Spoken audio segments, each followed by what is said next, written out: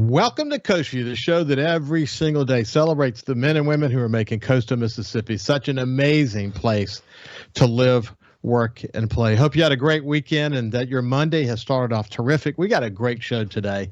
In the second half of the show, we're going to be talking with Richard Cross of the SuperTalk Network. He's a sports enthusiast. You know his name if you know sports. And he was recently identified as one of the top 50 most influential leaders in the state. And we'll talk a little bit more about why in the second half. But the first half of the show, I have my friend David Hardy with Eley Guild Hardy Architects here in Biloxi, someone I've known for a long, long time. And I can't wait to introduce him to you if you don't know him. But anyway, without any further ado, David, welcome to Coast Vue, my friend. Good morning, Ricky. I am honored and flattered to be on your show and look forward to our conversation this morning. Well, look, it's so interesting because, okay, we have the One Coast Awards, but for most people now who regularly listen to this show, they know that we started the actual Community Leaders Awards at the Sun Herald. It was one of the first things when I became publisher in 2001. It was one of the first things that I sought to do because I wanted not only to recognize young leaders, but also significant leaders in the community that were making a difference. I also wanted to honor Roland Weeks, the former publisher of the Sun Herald, who's still a wonderful mentor for me, and create sort of this Roland Weeks Hall of Fame that the leaders went into. And it's so interesting when I get prepared to do this show, I'm often reminded that the people I'm about to have a conversation with have been recognized. And you in 2003, one of the top 10 under 40 awards, one of the very first groups for that award. And, gosh, it's amazing how time flies, isn't it, looking back on that? I still remember that happening, but it is amazing that so much time has flown by, isn't it, David? It is, Ricky. And, in that period of my career, I was very active with chamber organization, Rotary organization, Businessmen's Club, State Board of Architecture, our AIA organization, which is the Professional Organization of Architects. In the interim since then, I've really returned to a focus on the practice with some major project undertakings that have really occupied all of my time, and appreciating that you also have to have a personal life. Some things that had to be cut out. So I'm no longer as active in all those other organizations as I once was. Well, listen, your fingerprints are all over coastal Mississippi. And in just a few minutes, we'll get to some of the specific projects that you've been involved with. You're an incredibly talented architect. You built a great firm, as we were talking about before we started the show. You've actually, I thought there was one major sort of merger and acquisition that happened, and you sort of brought me up to speed that there were three, and we'll explain to people what those three big moments were in your expansion efforts as an architectural firm.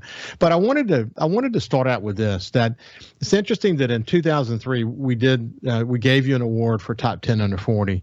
Little would we know, David, that in 2005 when Hurricane Katrina hits, that we would become reintroduced to each other sort of in the wake of that during the charrettes that took place, these brainstorming sessions for all the communities of coastal Mississippi that Andreas Dwani and more than 100 architects and planners were involved in. But, man, that was a real turning point for me as a leader, frankly, because it gave me an opportunity to understand how do you create a sense of place in a community. And I think a lot of people like me that were not in your work. You gave big time during the aftermath of Katrina, but there were a lot of people like me that learned from people like you and learned from Andreas and others about the opportunities that were in front of us to build incredible communities. Man, that was a formative time, wasn't it? Ricky, looking back on it, it was a bit of an overwhelming period, and that 3 years post Katrina, it all sort of rolls together in my mind, and it's hard to piece out individual events simply because we were so busy helping so many public entities across the coast. And that's one of the things about our firm, that we have a focus on public sector work, doing very little private work. So that's where all the recovery effort was. And I'll never forget, Ted Riemann had me on a national broadcast, and the interviewer asked me a question of, well, Mr. Hardy, how long do you think it's going to take for the coast to recover?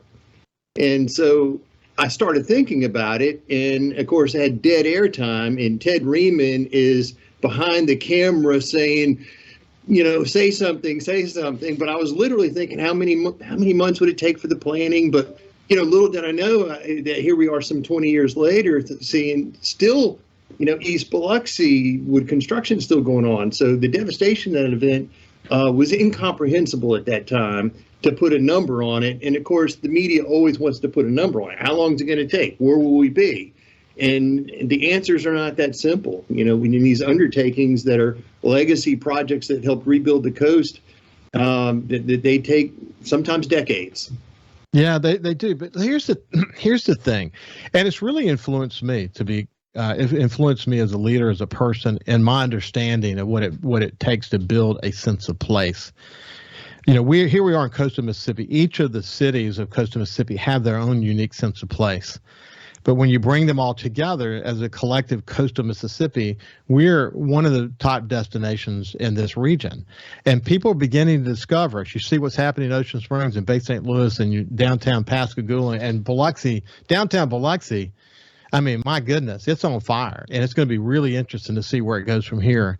You see the role that architecture and planning plays in that is what I got so educated about and so understand that, you know, this need to not lose the characteristics of this community that historically are part of it. And most people don't understand what it is they're looking at it, and when they see it, it's something that happens subconsciously. But the architecture controls a lot of what creates a sense of place. You understood that, and you were so darn committed to contributing to the conversation in a way that says, let's don't lose sight of not losing who we are in this recovery effort. That was really important to you, wasn't it?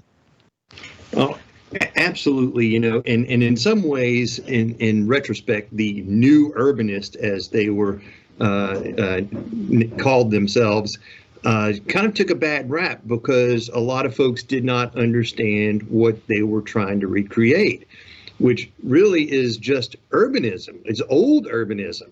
And if you think about the most loved places on the coast, downtown Ocean Springs, Bay St. Louis, downtown Biloxi, downtown Gulfport, their favorite parts, where you see the population and the pedestrians, are in those areas where the streetscape is framed by the frontage of buildings.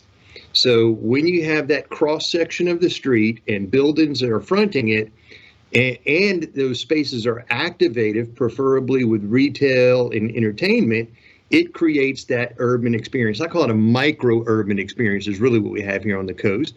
And so that what you don't want are empty lots. What you don't want is surface parking. Those things do not contribute to good urbanism. And good urbanism is just a place where people want to be and enjoy the streetscape.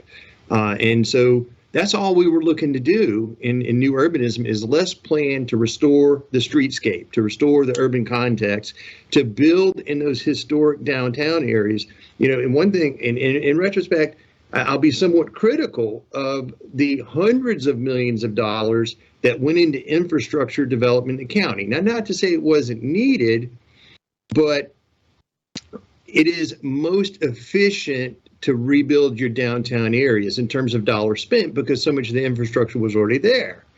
And Leland Speed, I'll never forget, he said post Katrina, I don't care what you do, those people are going to build right back there on that water. You know, and we have, and our downtown areas are still building, and you know, and I'm sure we'll get to the topic of the Mississippi Aquarium, but so much of the Mississippi Aquarium of really what it was about, it's intended to be a catalyst for redevelopment of downtown Gulfport as an anchor to encourage other development, and that's coming. Yeah. What's exciting about what we're seeing, and I have conversations with mayors and developers and a long list of people here on Coast Vue. What's exciting about where we are now is it's taken us 16 or 17 years to get to the point where we're having really, really substantive conversations, and developers who have experience with it are spending their money in these communities. But we're seeing mixed use now. We're understanding that in this new economy that people want to live, work, and play in a very similar area. This whole notion of living out in rural areas, especially now with the price of gas, is not so sexy a thing as it used to be. People, it's just a different thing. And the other thing is that people can work remotely. People choose where they want to live now. It's a complete sort of turning of the old economic development on their heads. And we're seeing tremendous activity in the downtown areas all across coastal Mississippi that are all about this live, work, and play aspect, and millions of dollars being committed and more money coming. It's going to be unbelievable. It's taken us a while to get here, but we're there now. And what's going to happen from this point forward is going to be incredible. Hey, when we come back, we're going to continue our conversation with David Hardy. I'm curious about this growth strategy that he had early in his tenure as an architect that led him to being one of the top architectural firms in the state of Mississippi. When we come back, we'll continue the conversation. Welcome back to Coast Vue. I have David Hardy with us. He's with Eley Guild Hardy Architects. They were not always Eley Guild Hardy Architects. It was a metamorphosis of this company, a growth strategy. We'll come back to that in just a second. In fact, we'll come to that next, actually. But David, let's give people an opportunity. You say you do a lot of work in sort of the public sector. So you've built a lot of schools. You've built really destination features in this community. Give them a sense of some of the things that you've been involved in. Oh, wow. One of the first really notable projects we were involved with was the Biloxi Schools bond issues that was undertook in, it was about 1999, 2000 era. They started discussions of a bond issue and passage, and that was the first major undertaking that I was involved with. And out of that, we had put together a joint venture with a gentleman named Leonard Collins, who is an architect in Biloxi, and he has passed away since. And I learned a lot from Leonard. In fact, two of my mentors, one Bill Guild, who is Taylor Gild's father, he always told me, well, tell the contractor he needs to build it the way we showed it on the drawings. Well, Leonard added to that and taught me that, well, we need to show it on the drawings the way it needs to be built. So it was always learning from these guys. But the Biloxi Schools project was one of the first big undertakings. And out of that, we established a Biloxi office. And the next really notable project that came out of that was the opportunity to work with Frank Gehry on the Orr O'Keeffe Museum of Art. Of course, at that time, Jerry O'Keeffe was looking to establish a major museum dedicated to the work of George Orr in Biloxi. And he had engaged Frank Gehry, and of course, we were all flattered that Frank Gehry would agree to do a project here in little Biloxi, Mississippi. And we were fortunate enough to be selected to serve as the local architect of record to work with Frank Gehry. And long story on that project as well, Ricky. But what I quickly learned was you needed good partners in the practice of something so complex as architecture, and that became a pattern of growth for our practice. By bringing in people that we trusted and people that we could share responsibility with, because it really takes that in a practice of architecture.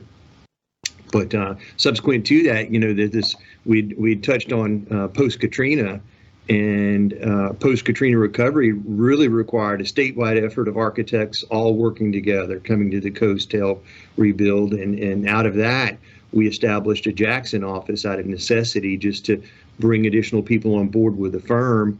And we ended up teaming up with a guy named Jim Eley, which was Eley Associates at that time in Jackson, Mississippi. And we subsequently, in 2008, put together a merger with Jim Eley, and at that point rebranded the firm as Eley Guild Hardy Architects. Well, fast forward to the spring of 2020, in the throes of COVID, and an opportunity was presented to do another merger with a firm named Barlow, Eddy, Jenkins. And notably, they had a lot of medical experience, which we did not have. And we put together a merger with their partners, who are now in our Jackson office, Chuck Barlow, Scott Eddy, and Brian Kabunak. And we're doing some great work with those guys, and that's really sort of revitalized our Jackson office of bringing in that fresh blood. And it's the nature of a creative practice that you always need to bring in new folks and have that energy in the firm. And we continue to hire young folks in our offices, and that's our lifeblood, Ricky, is just building relationships, building partnerships, and building the community. So there's some, you mentioned the aquarium, and we'll talk a little bit more about the aquarium that you were involved in. You also were involved in the Infinity Science Center, really a very important effort over in Hancock County.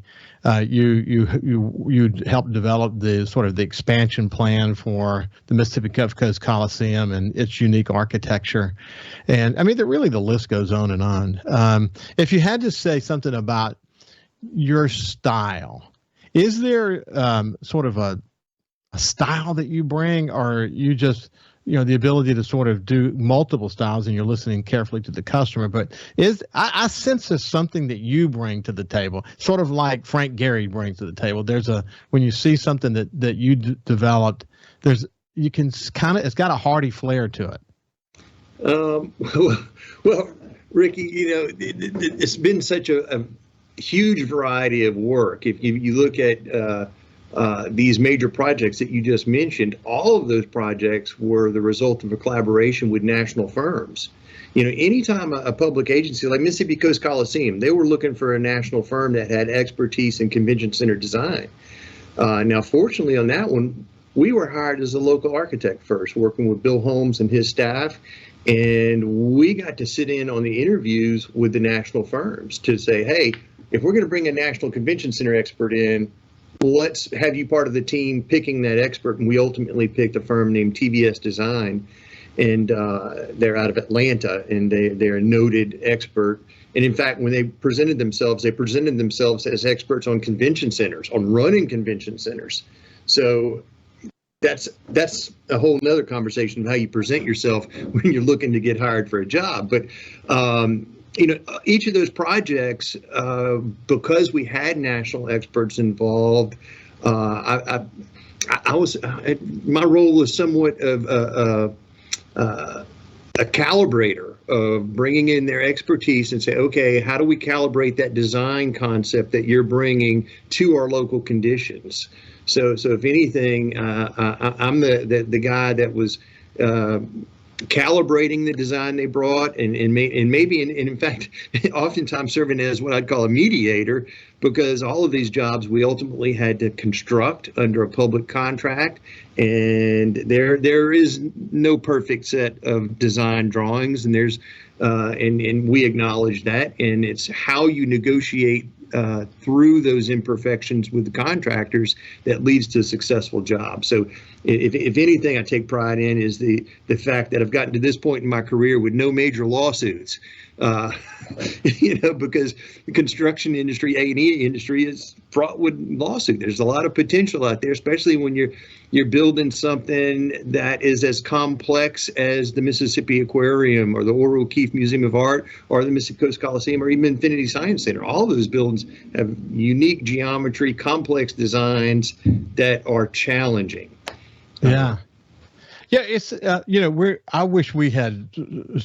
I said this before the show. I wish we had spent a whole show together, because there's so much to talk about. Yes. I want to actually, like, for example, in the future, I want to dive into the Orr O'Keefe Museum. What it was like to work with someone like Frank Gehry, who's literally world renowned, and this opportunity to bring his whimsical architectural designs together with George Orr's whimsical pots, and how I mean, obviously I think they were generations apart and knowing each other, but the reality is there was so much similarity, and what a great marriage that was. I want to hear your point of view about that. I want to talk more about how the Mississippi Aquarium does create an opportunity to be a catalyst, and because of its unique position where that campus is there on the beach, what it can bring to the table, man, there's a lot to talk about, and I want to bring you back on and really zero in on that.